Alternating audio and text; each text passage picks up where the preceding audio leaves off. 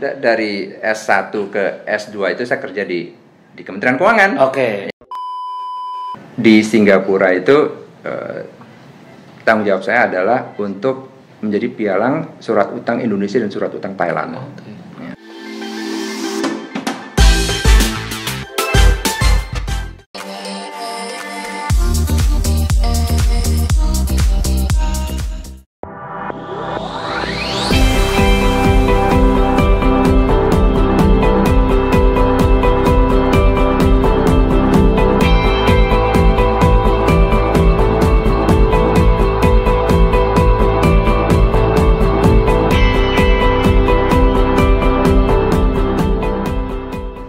Saya ingat saya pernah kerja di Singapura, ya. Jadi Citibank itu. di Citibank Singapura, ya. Jadi setelah saya lulus S2, ya, saya kerja di Singapura.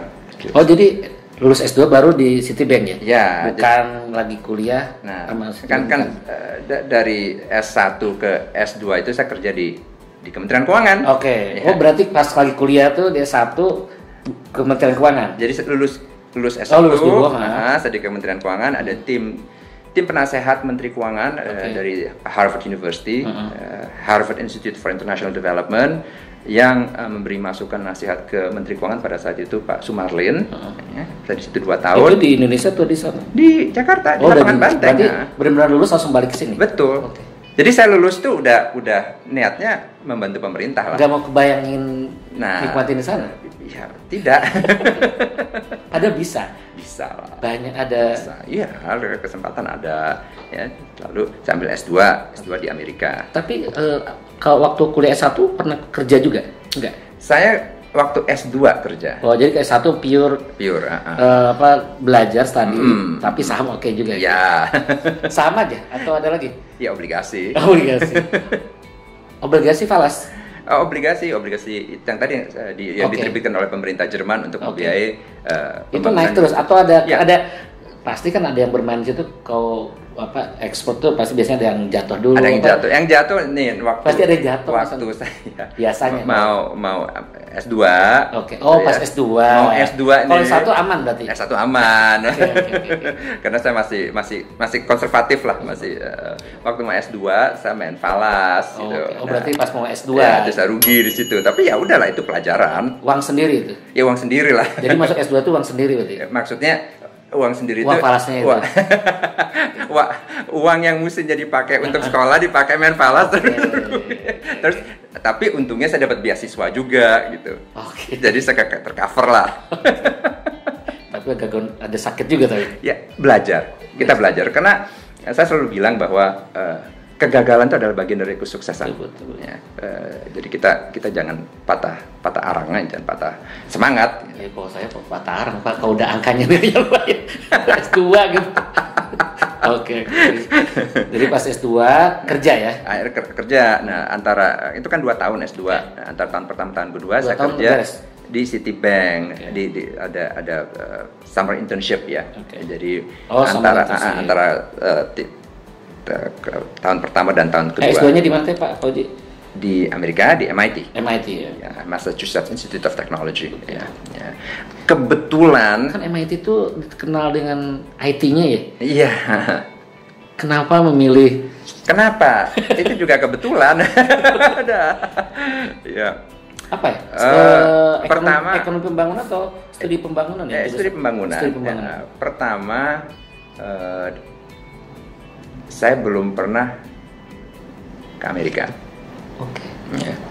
Dan keluarga saya itu rata-rata sekolahnya di Eropa. Oke. Ibu saya di Prancis, bapak saya di Belanda, kakek saya di Belanda. Eropa mindset gitu ya. Jadi saya pikir oke lah, kenapa enggak? Ya, nonton film Amerika, tapi belum pernah ke Amerika. Okay. Dan ada beberapa pilihan. Betul. Ada Harvard, ekonomi banget gitu. Ada Princeton, ada Berkeley, dan MIT. Saya pilih MIT kenapa? Karena saya suka gedungnya. Karena kalau lihat fotonya MIT gitu, ada dome-nya, keren. Oke lah. Jadi kayak gitu. Iya, dan kebetulan ada saudara saya juga yang sekolah di situ. Jadi ya akhirnya ya saya Pada saat itu yang ngambil pembangunan di Indonesia ada juga atau Pak Pajo juga? Selama kuliah aktif di S2 itu ada juga? Ada, tapi rata-rata teman-teman orang Indonesia saya ambilnya engineering ya. Iya. Pada saat itu banyak teman-teman yang dikirim oleh Pak Habibie. Oh, lagi zamannya ya. Menuju visinya Pak Habibie. Betul. Nah, sewaktu saya di Bapak berarti ngajuin sendiri ya beasiswanya sendiri? Sendiri. Ya syukur saya dapat. Akhirnya kuliah di sana. Kuliah terus sambil sama internship di Citibank. Okay, lulus terus saya langsung ditarik oleh Citibank. Di Singapura juga situ. Di Indonesia dulu. Oh, di Indonesia dulu. Untuk membangun tim riset. Ya, mengawali aktivitas riset dulu ya. Nah, tapi saya bilang saya mau kembali untuk melakukan riset, tetapi kalau bisa cuma 1 tahun. Setelah itu saya diberi kesempatan untuk masuk ke struktur perbankan di dealing room di treasury. Nah, risetnya belum ada berarti dulu? Belum ada, saya memulai. Itu masih sejaman Pak Jonan nggak sih dulu? Sempat ketemu Ignatius? Enggak. Bos saya pada saat itu Pak Edwin Gerungan yang akhirnya menjadi ketua BPPN. Oke. Pada saat itu, jadi dulu ngajuin idenya riset awal berarti ya? Saya direkrut untuk riset itu ya? Untuk riset ya, karena Citibank waktu summer internship, saya diminta Citibank untuk bikin laporan ekonomi dan nasabah-nasabah Citibanknya suka. Jadi sebelum saya lulus saya udah ditawarin dan langsung jadi manajer gitu ya, ditawarinnya karena spesialis kan. Tapi saya minta 1 tahun saja, setelah itu masuk ke struktur ke dealing room. Jadi dealer. Kenapa ingin? Karena pada saat itu kan kita baca mengenai George Soros, mengenai akhirnya saya diberi kesempatan untuk in charge ya, debt origination, jadi penerbitan obligasi surat utang yang diatur oleh Citibank. Saya yang ngedraft dokumentasinya. Pada saat itu baru juga itu? Baru mulai. Setelah itu saya dikirim ke Singapura untuk jadi pialang. Tahun 97. Nah, berapa lama tuh di Singapura? Di Singapura kita kira 1,5 tahun. Ya. Di Singapura itu tanggung jawab saya adalah untuk menjadi pialang surat utang Indonesia dan surat utang Thailand. Ya. Buku saya pada saat itu $100 juta. Ya. Waktu itu bangga sekali, tapi kemudian ada Krismon. Dengan Krismon, otomatis surat utang yang ada di buku saya banyak yang tertunggak kan.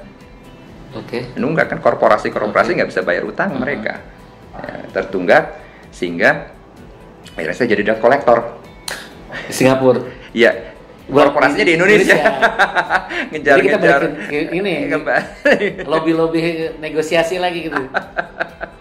Akhirnya balik lagi. Akhirnya balik ke Indonesia.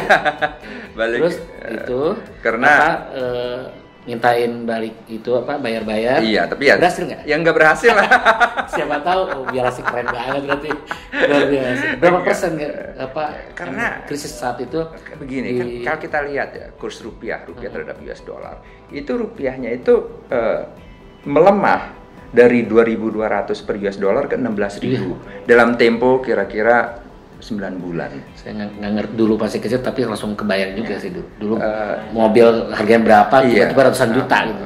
Suku bunga jangka pendek, ya, suku bunga SBI ya, Sertifikat Bank Indonesia, itu naik ke atas 60-an%. Ya. Ekonomi Indonesia kontraksi 13%. Kontraksi. Ya. Jadi severe ya, sangat akut, sangat serius ya. Dan pada saat itu waktu saya masih ingat di dealing room Citibank Singapura itu, sewaktu kurs rupiah itu melewati 10.000, itu nggak bisa trading di sistem. Oh. Ya karena sistemnya tuh nolnya tuh nggak cukup. Oh, okay. Ya. Akhirnya manual. Nolnya nggak cukup. Iya. Sempat transaksinya manual karena nggak kebayang seperti itu. Nggak kebayang dari 2.200 ke 10.000. Berarti di Singapura juga targetnya kelihatan Indonesia tuh nyaman aja gitu ya? Ya, tapi pada saat itu udah kelihatan bahwa wah dengan keadaan ekonomi Indonesia dan Asia Tenggara yang begitu pelik, ya, krisis, bisa terjadi political upheaval. Oh, udah mulai kelihatan. Jadi bisa dibilang gejolak politik lah ya, dan itu yang terjadi tahun 98 kan dengan kerusuhan Mei tahun 98. Ya. Dan saya kembali ke Indonesia pada saat itu. Okay. Ya. Tapi masih di Citibank tuh? Ya, saya keluar dari Citibank. Okay. Ya, saya keluar dari Citibank.